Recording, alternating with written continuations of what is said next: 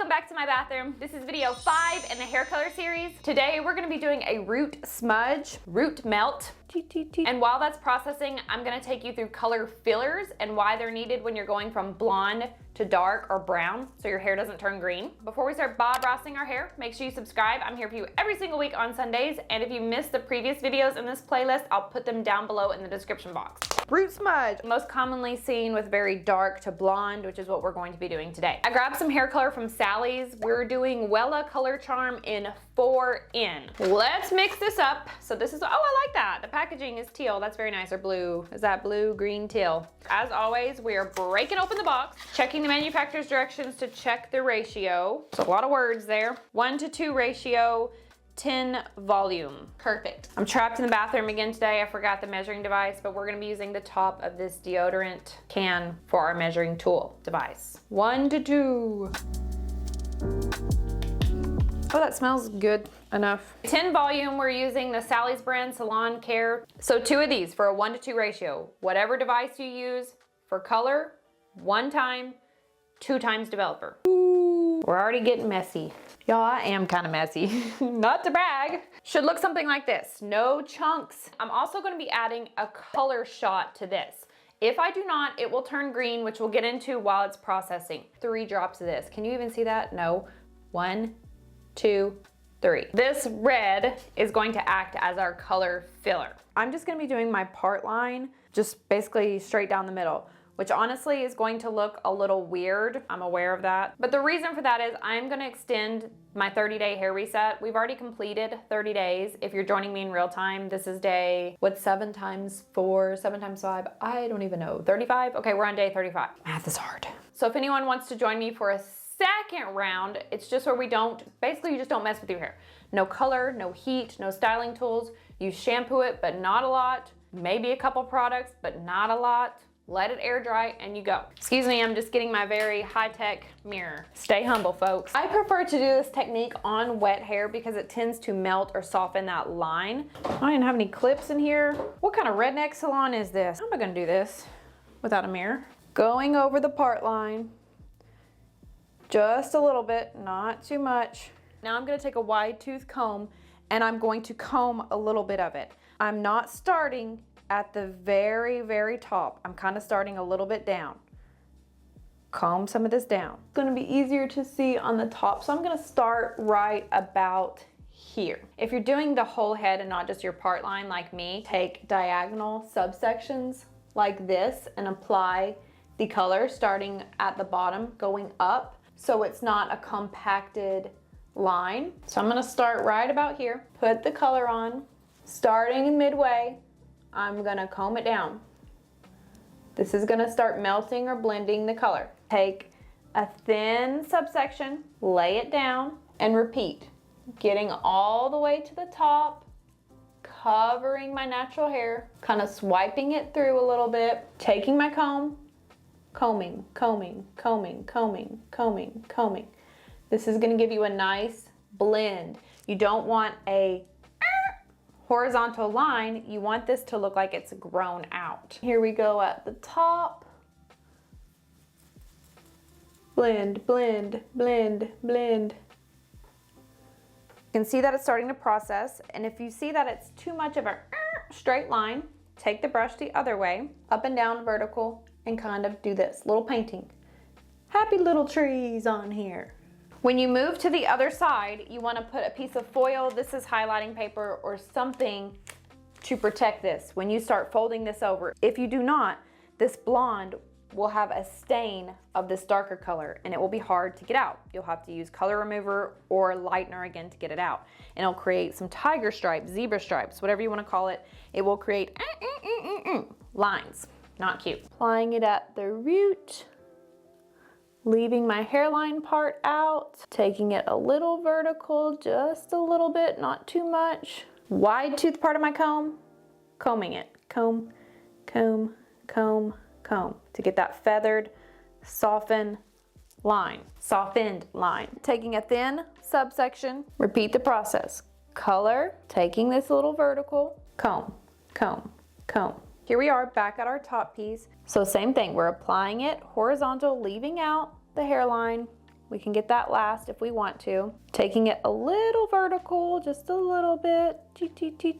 Taking the wide tooth part of our comb, starting in the middle kind of, and bringing this down. Now I'm gonna take my comb and kind of pick at my hairline to kind of fade this in a little bit. Sometimes when I do this, because I tend to be a little bit messy, I will actually go through and do the root and then apply conditioner as a barrier or protector on the ends. So in case I make a mistake, if you accidentally get this dark color on this blonde, the only way to remove it is with lightener, bleach, or color remover, which is damaging to the hair. So if you're unsure, go ahead and apply the root color, then rinse off your gloves and apply conditioner on the ends to create a protector or barrier. What I'm actually gonna do is go through and take this Clairol Shimmer Lights Violet Toning Mask from Sally's.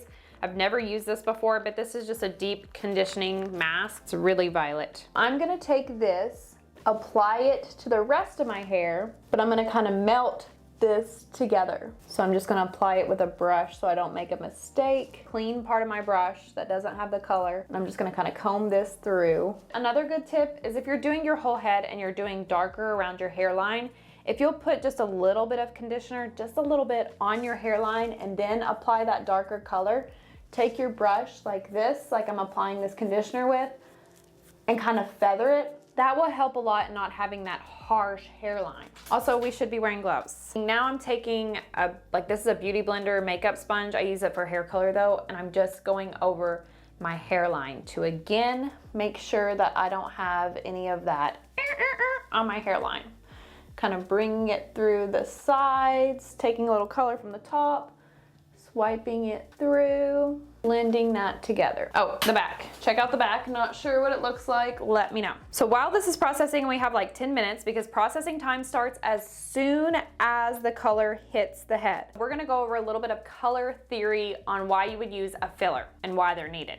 This is page 705 in the MILADY book if you're joining me from cosmetology school. Fillers equalize porosity and replace the missing primary and hair colors. To create all the colors in the world, it's a combination of the 3 primaries, which we went over in our first or second video, I don't know, I'll put it up here. So it's a combination of blue, red, and yellow to make a neutral or natural color. So if I have blonde hair, let's say a level 10, blonde is blonde, and I take it all the way down to, we'll just use a 4 since we're using that today. Level 4, which is very, very dark. I have essentially went from yellow, which is blonde, to blue, which makes up our darker realm of colors.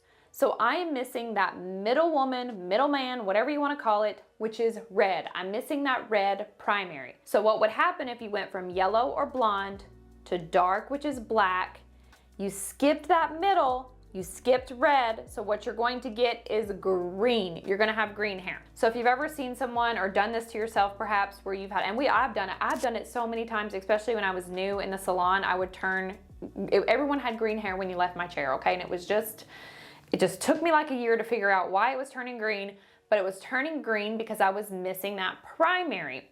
So if you've colored your hair darker at home or had it done, and maybe it looks good when you leave the salon and you shampoo it a couple times at home and it's like, oh wow, this is a murky green. It's a nice brown with green.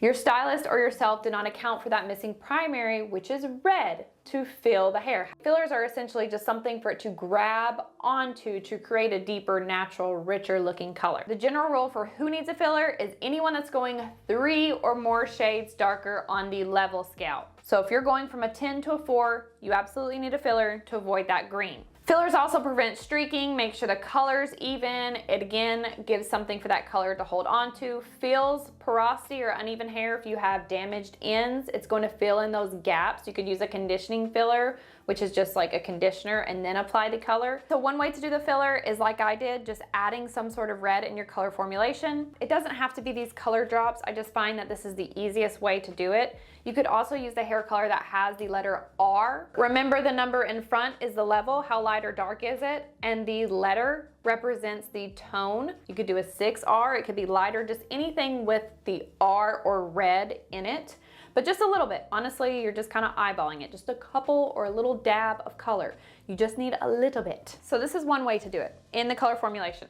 Another way to do it is to actually deposit red on your hair. If you have a blonde, bright level 10 client who says, I want to be darker today, okay, perfect, fine, let's do magic tricks. What I would do is I would take her to the shampoo bowl, shampoo her hair really well, condition it, and on wet hair, I would apply a red hair color. So if she wanted to be a 4N, our root color here, I would take it up a couple levels and do like a 6R. Very bright red, but it's a medium level because it's level 6.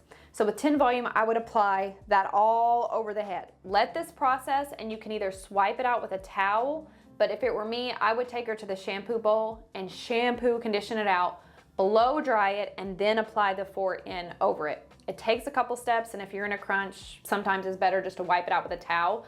But if you do it right the first time, sometimes it's just better. The client will come back, they'll thank you for it later. Ta-da! If you just take the blonde hair and then apply the 4N, again, you've missed that middle primary, which is red, so you're going to get green. She's going to have green hair. She may not have green hair when she leaves, but after about 3 shampoos, she will have green hair. She will not come back. Then you lost a repeat client. So that's why fillers are important. It replaces the missing primary. Again, they're only needed if you're going darker. 3 levels or more darker, you need a filler. I'm gonna let this process for a few more minutes and we're gonna shampoo this out, and I'm not blow drying my hair, so I have to let it air dry. So I'll be back later to show you what it looks like once we're done. So here it is, and it's still a little damp because it's taking forever. I did make a little bit of a mistake right here. I don't know if you're gonna be able to see that, but I got the brown on the blonde. So that's where putting conditioner on the ends might be kind of crucial, so you don't make this mistake. So let's see what it looks like when I braid it in those cornrows, Dutch braids, whatever you want to call them.